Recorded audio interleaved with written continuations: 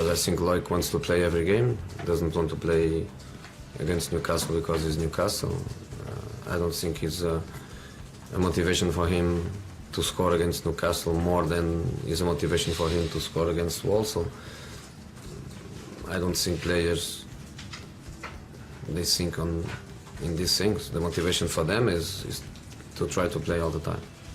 It was reported this week regarding goalkeepers that you were making provisional plans for an emergency loan for a goalkeeper just in case of an injury to Asmir. Is that even true? No. Haven't considered that at all. Is that area of your squad of any concern at the minute, that it's a little thin? We have one goalkeeper injured, and we have Begovic and the third goalkeeper now become the second.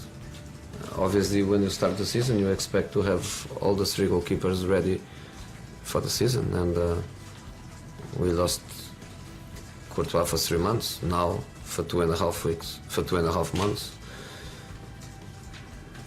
But that's what we have. Have you had the written reasons from the FA yet as to why Diego was banned? No. Is it frustrating that you can't react to it because you haven't read them yet, and he's already missed one game, and he might now miss another before you even see the written reasons? Is that maybe a flaw in the system? I think your question is clear. You don't need my answer because you know the answer. The answer is in your question. It's not normal, but nothing more to say. We kind of need you to say it for the quote then, because people don't listen to me. Is it a situation with Diego, Jose, where when he comes back, he might have to alter his style of play so that he doesn't get himself into these situations again? And if that was the case, would that lose a little bit in him of why you signed him or what makes him a great player? I don't answer.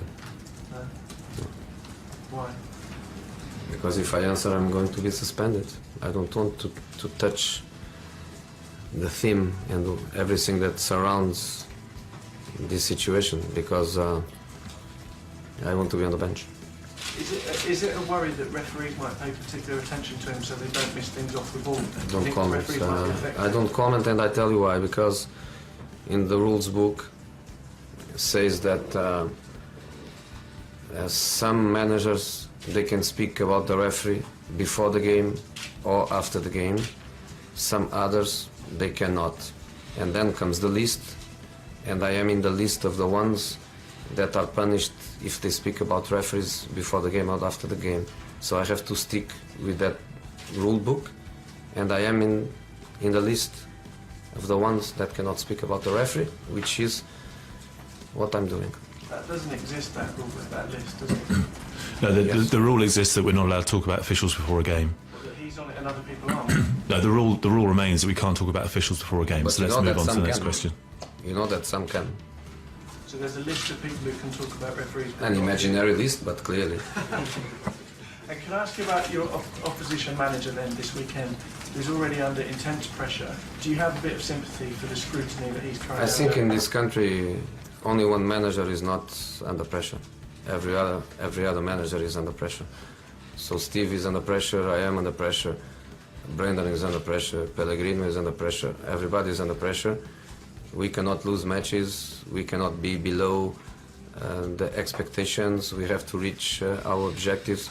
So I have sympathy for all of them, and I believe they have also sympathy to myself, because it's a difficult job. There is one that for some reason is outside that list, but good for him, and of course I have sympathy for Steve. Who's not on the list?